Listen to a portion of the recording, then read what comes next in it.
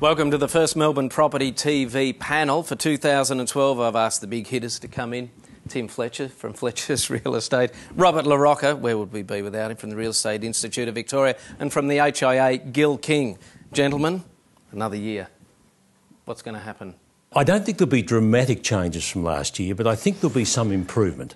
I do hope that we get away from this preoccupation about the impact of interest rates on the market. Now, I'm not denying that they do have an impact, but I think we get very paranoid about whether interest rates are going up and down. There are so many other factors that impact on the marketplace. The newspapers love it for a front page, though. Yes, and there are very confusing articles written on it, which I think does, and it's always, nothing's changed in this respect, but it does frustrate me a lot. This year and in the years ahead, I think we're going to have see a big impact from the baby boomers in terms of their housing requirements. And I think this year I've already seen changes there impacting in terms of what they're after. Gil, what do you think? I hope Tim is right. What we find is that any activity in property change, as in people changing properties, actually creates a very positive atmosphere, which flows on to the new housing market, which is predominantly what we're interested in as the Housing Industry Association. We've had a big drop. So we've dropped from 2010, about 60,000 homes constructed in a year, down to about 53 last year. We're probably going to be about 45, 46 this year. That's a substantial drop. From last year to this year, it's a 15% decrease we're anticipating. It's still way above what other states are building and way above the 15-year average of builds. So it's still a positive story. But what I'm concerned about is what you've been talking about here is the negative connotation that's constantly out there. It's actually still very good in Victoria. Not so good in other states, but in Victoria, it's still a positive story. Great time to buy, great time to build. Competition's fierce. Punters should be out there looking for the best deal they can, because now's the time to rejuvenate the industry. Robert, other than pushing your burgeoning media career, whenever they have the median prices, you're quoted, and I think they had the headline across the top of the Herald Sun, all the big eastern suburbs dropping 26% in median value in a quarter, and a lot of them had an asterisk, though, saying less than 30 sales. The real story there was, the figures in December said, the overall median price went up 2%, but that was really no change at all. And what we recently found is when you look at all the suburbs in Melbourne, 9 out of 10 are more affordable now than they were at their peaks. So if people were waiting, and we think they were last year, waiting to see that prices had come down, affordability improved, that has occurred. Going out into almost most suburbs in Melbourne, you'll find you can buy the home cheaper than you would have bought a year ago, and that sort of improved affordability should get the buyers back in the market. But what about the doom and gloom? You've got things like Europe, so it's not just housing, but so there's a lot of bad press at the moment. A lot of people I think I read the other day, Australians are saving more than they've ever saved, so they're keeping their powder dry, as it were. They are, but people still need homes to live in. People still need to change over their homes for their life circumstances. Last year was a year of low activity because people were holding off. The sellers were waiting for the dream price, which didn't come, and the buyers were waiting to see the prices have come down, and they have. So we hope to see that encourage activity.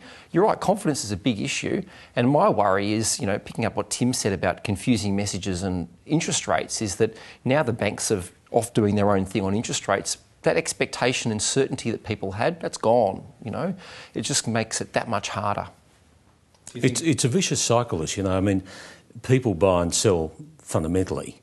So the person who's thinking of selling says, well, I'm not going to sell because, there's all these conflicting messages about.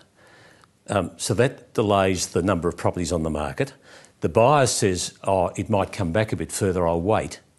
But where there's flaws in all of that is that the seller, if they realise that they're buying and selling in the same market, which is a much better way of doing business, than when a market's skyrocketing up, like it did in 2010. You talk about some drops.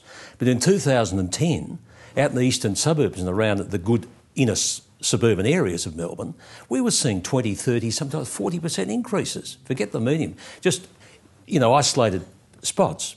Now, you buy and sell in that market, you chase the market up, you sell first, you go and buy, you pay a lot more because you're chasing the market up. It's a much better time to be selling, and in terms of buying, everyone waits until everyone else jumps on the bandwagon.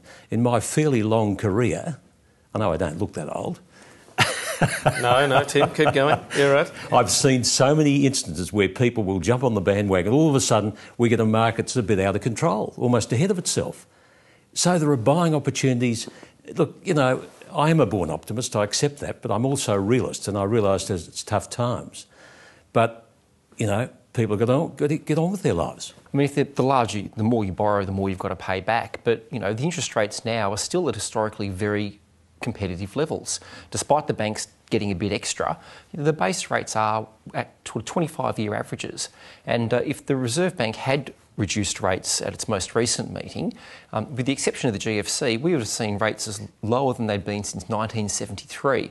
And the confusing message there is the Reserve Bank only lowers the rates because the economy is going bad. So, you know, you've got to see the flip side of the equation of interest rates, which is we don't want a poor economy. We don't want, you know, Gil's members to not have jobs and be building, and the economy not to be working. So we need a good balance, and I think this year would be fantastic if it was stable.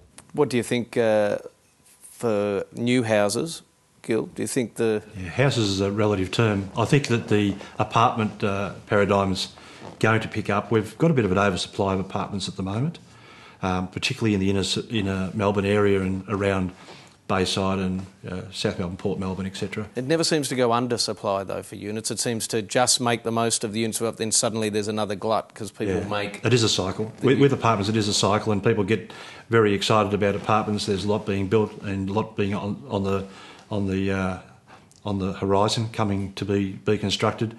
It's good for the homeowner. It's also good for the investor. We like to see investment in property as well.